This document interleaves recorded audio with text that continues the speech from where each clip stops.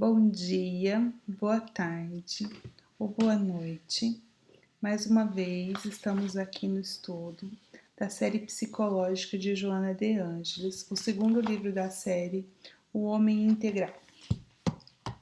Hoje nós vamos fazer a leitura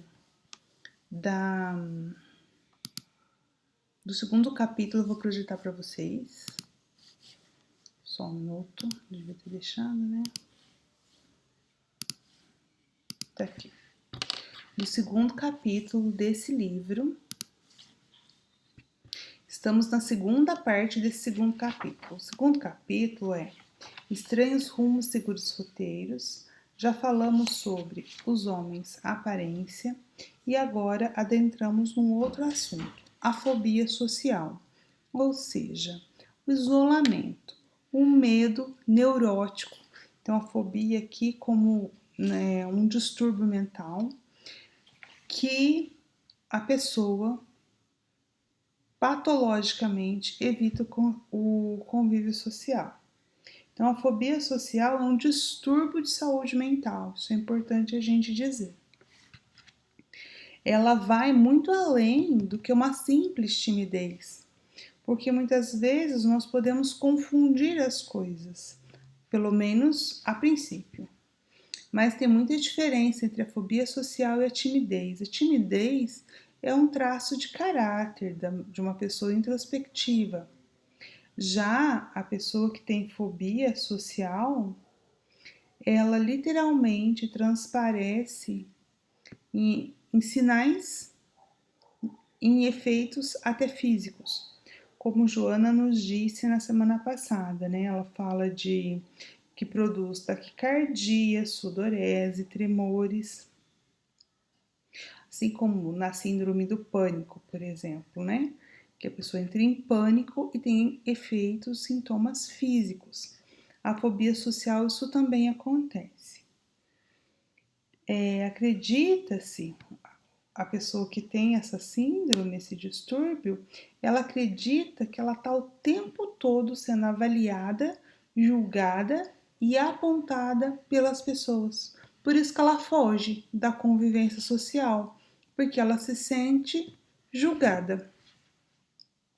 Eu vou traçar para vocês logo mais os 5 sintomas que a gente tem que prestar atenção para identificar a fobia social.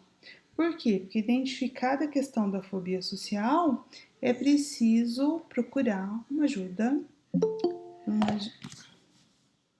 Boa noite, bem-vinda, Graça. Uma ajuda profissional, uma terapia para superar isso. Então vamos ler. Joana também vai nos ajudar quanto a isso, né?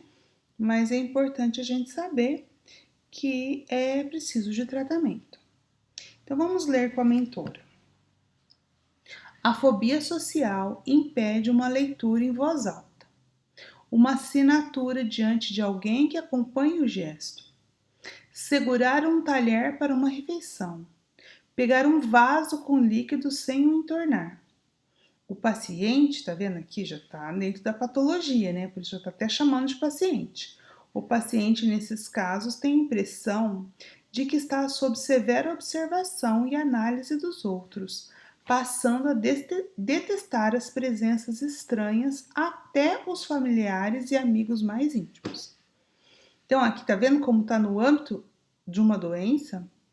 Porque a pessoa acredita que aquele que o está observando está julgando-a. E nem sempre isso é verdade.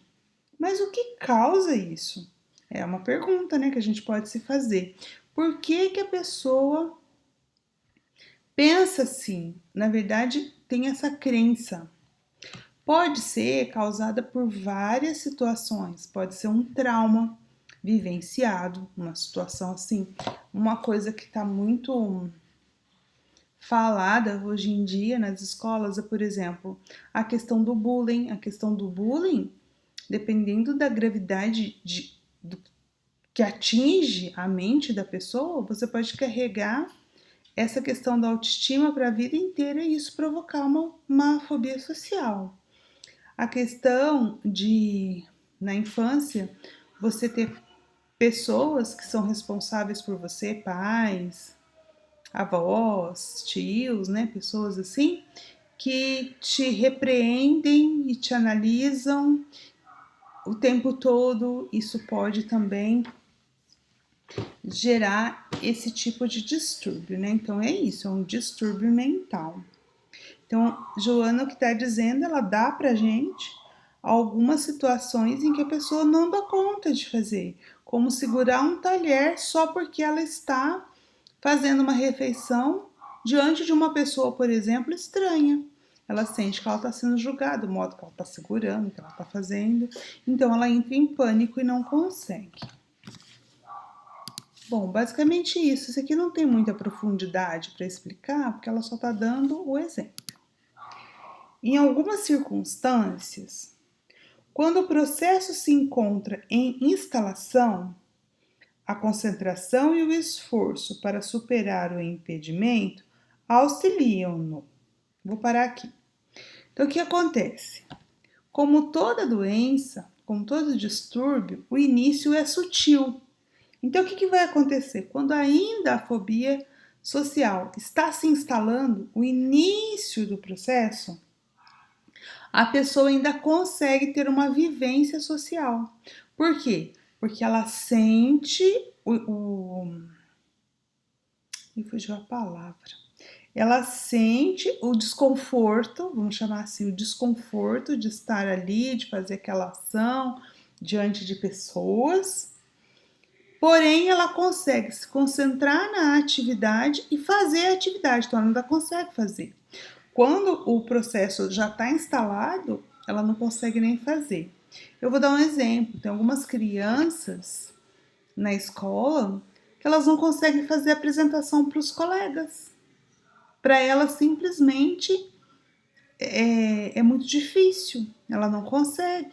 Muitas vezes para ter uma nota ela precisa e aí instala-se um conflito muito grande. Então, quando você tem essa situação aqui, instalando-se, a pessoa ainda consegue ter uma relação social sem cair nem em sintomas físicos muito graves.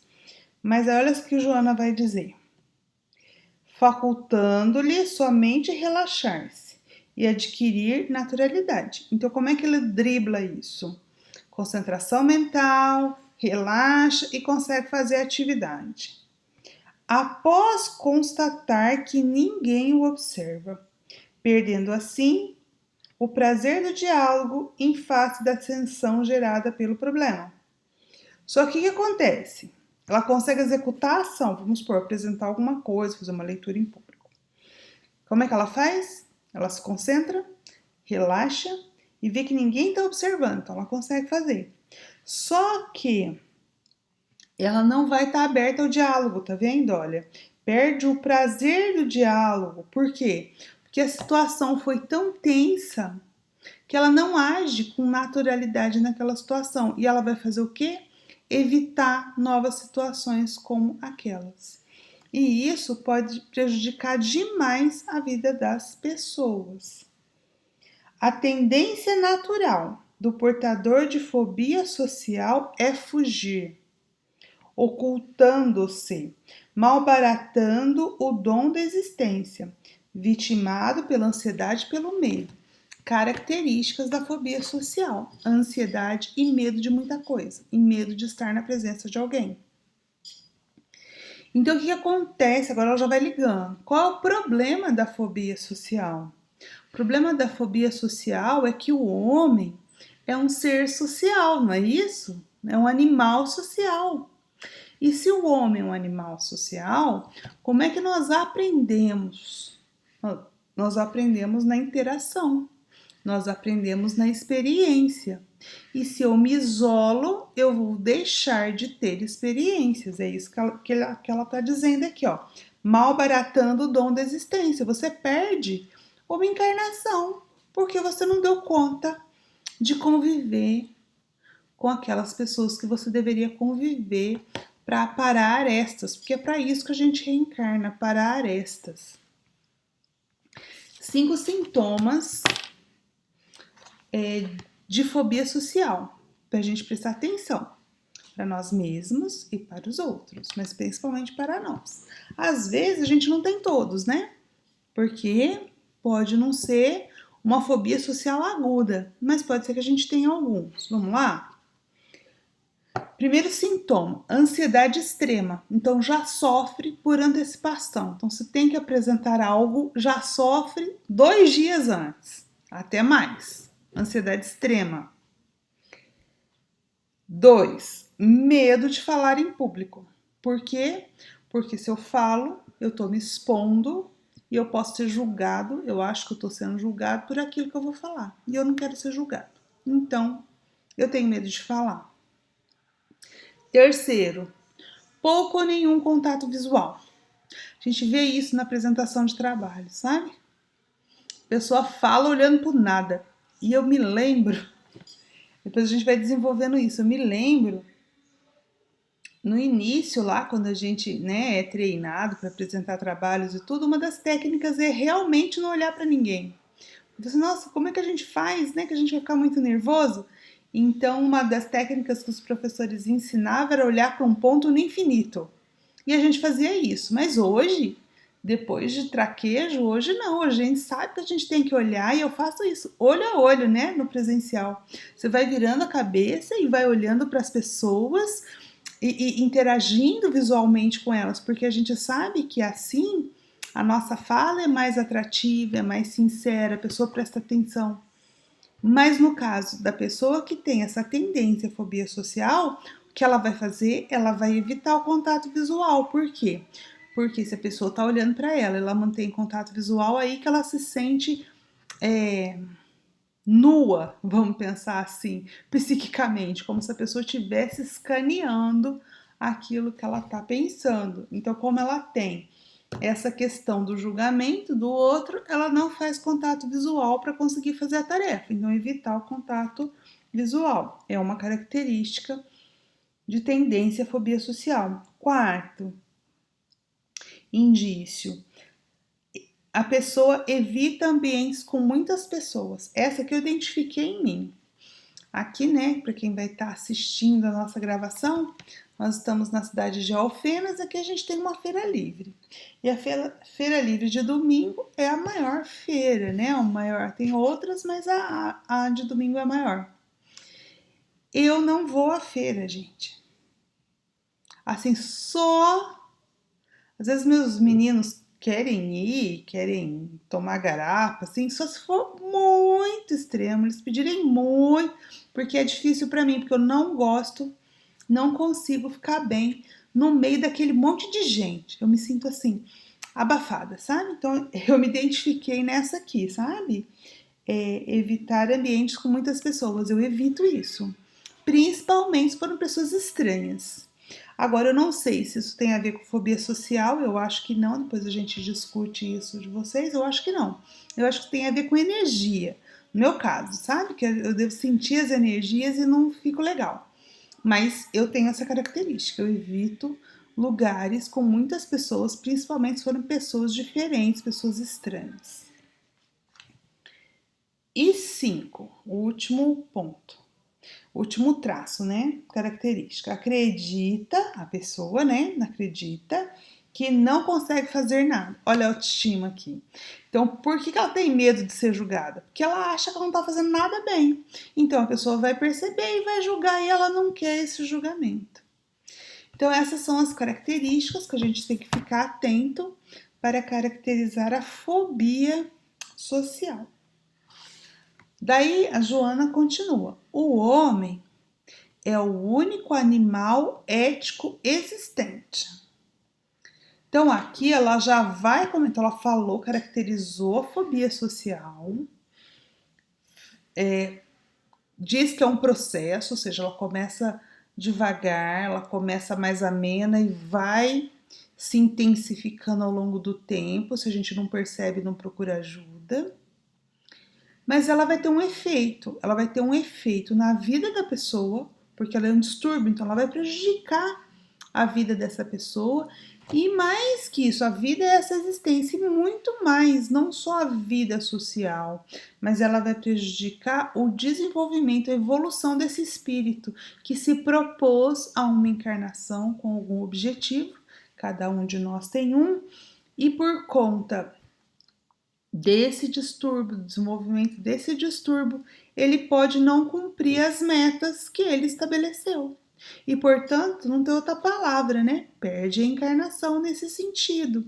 Vai ter que planejar outra, superar essa fobia e começar tudo de novo. Olha, perda de tempo, né, gente? Então, ela vai começar a dizer pra gente agora quais são os malefícios que isso causa no nosso processo evolutivo. Então, ela começa dizendo isso: o homem é o único animal ético existente. Então, o que significa animal ético? Aqui é interessante que ela está falando o homem bios, ou seja, o organismo biológico. Então, do ponto de vista biológico, o que é o homem? O homem pertence a qual reino? Animal. É isso que nós somos, um animal, tá? Um primata superior, biologicamente falando. Agora, do ponto de vista espiritual, nós não estamos no mesmo reino dos animais. Nós já estamos no reino que a gente até deu o nome espiritualmente de reino hominal. Por quê? Porque do ponto de vista da consciência, o homem já consegue ser menos guiado pelos instintos. Ele consegue ter um comportamento ético. Em que sentido? Fazer julgamento de valor. Isso é bem, é mal, eu posso ou não posso fazer, se eu fizer, isso vai ter essa e essa consequência, isso é bom para mim, é bom, mas não é bom para o outro, então eu devo fazer. Então, essa conversa da nossa consciência é só o homem, até onde a gente conhece, Joana está afirmando aqui, é só no reino nominal que nós conseguimos fazer. Por quê? Porque o nosso biológico é um animal, mas o que anima esse corpo é um espírito que já está no reino hominal e, portanto, já tem uma consciência desperta, já tem por herança o livre-arbítrio, pode fazer escolhas e é responsável por essas escolhas. É isso, que eu entendo dessa frase: o homem é o único animal ético existente. Para adquirir a condição de uma consciência ética, é convidado a desafios contínuos, graças aos quais discerne o bem do mal, o belo do feio, o lógico do absurdo, imprimindo-se um comportamento que corresponda ao seu grau de compreensão existencial. O que Joana está nos dizendo aqui, pessoal? Como que eu construo uma consciência ética? Porque eu não ganhei de presente uma consciência ética. A gente sabe que a natureza não dá saltos, está lá no livro dos espíritos. Não dá saltos. Então, espiritualmente, a evolução do espírito também não dá saltos. Então, como é que a gente vai construindo essa consciência ética? Através dos desafios, das experiências que as várias existências vão nos propiciando. Então, como é que nós distinguimos? Vamos pegar um desses aqui, o bem do mal. Como é que a gente sabe, né? Como é que a gente distingue? Não é fácil. A gente precisa ter uma referência para classificar como bem e mal, não é verdade? A gente só consegue julgar se a gente tiver uma referência. E como é que a gente construiu essa referência? Essa referência não pode ser externa. Porque o bem e o mal é relativo. Às vezes eu estou fazendo o mal, mas não reconheço que é mal. Então, na verdade, eu não vou responder por ele. Pelo menos enquanto minha consciência não me julgar. Então, a gente distingue o bem do mal pelas consequências. Isso está no livro dos Espíritos também. A gente distingue o bem do mal pelas consequências que derivam dos nossos atos. Então, muitas vezes, sabe aquela questão da boa intenção? A gente faz uma atitude achando que está fazendo bem, só que a hora que a coisa vai desenrolando, a gente vê que o resultado daquela ação que a gente fez resultou numa coisa ruim. Ruim para nós ou ruim para alguém. Aí o que a gente vai aprendendo? Aí a gente volta atrás, uma consciência desperta faz isso, analisa, volta, olha, aquilo ali que eu fiz, achando que estava fazendo bem, na verdade resultou no mal. E se resultou no mal, não era bem, vocês concordam, não é isso? Então nós aprendemos a distinguir gradativamente o bem do mal na medida que nós vamos interagindo e sentindo quais são as consequências das nossas ações perante os outros. Então, se eu me isolo socialmente, como é que eu vou desenvolver essa consciência ética? Essa é a pergunta que a Joana está querendo fazer. Como é que eu vou distinguir o belo do feio, que está ligado com o bem e o mal, né? O lógico do absurdo, só na vivência, na verdade, na convivência com os outros. E a fobia social acaba atrapalhando porque tira da gente essas várias experiências, ou pelo menos diminui drasticamente. Eu vou ler só mais uma, tá? Aprofundando-se no exame dos valores, distingue-os, passando a viver conforme os padrões que estabelece como indispensáveis às metas que persegue, porquanto pretende constituir-lhe a felicidade. Na verdade, esse parágrafo eu já abordei no anterior.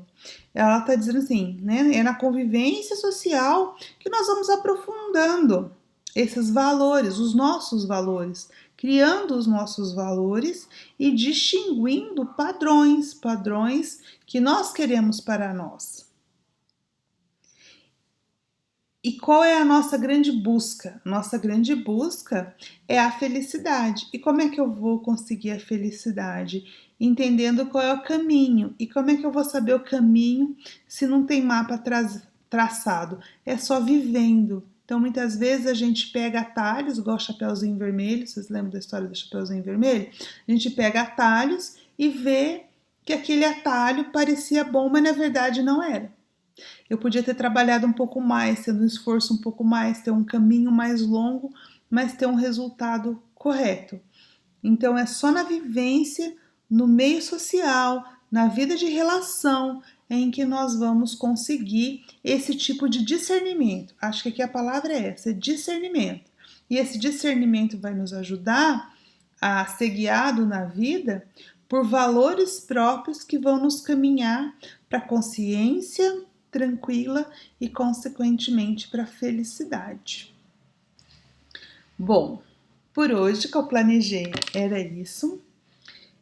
Espero que nós tenhamos aí ferramentas para reflexões durante a semana sobre quais traços desses 5 que eu falei da fobia social nós apresentamos. Então, fazer uma autoanálise para até se perguntar, e esses traços que eu identifiquei me prejudicam no que na minha vida?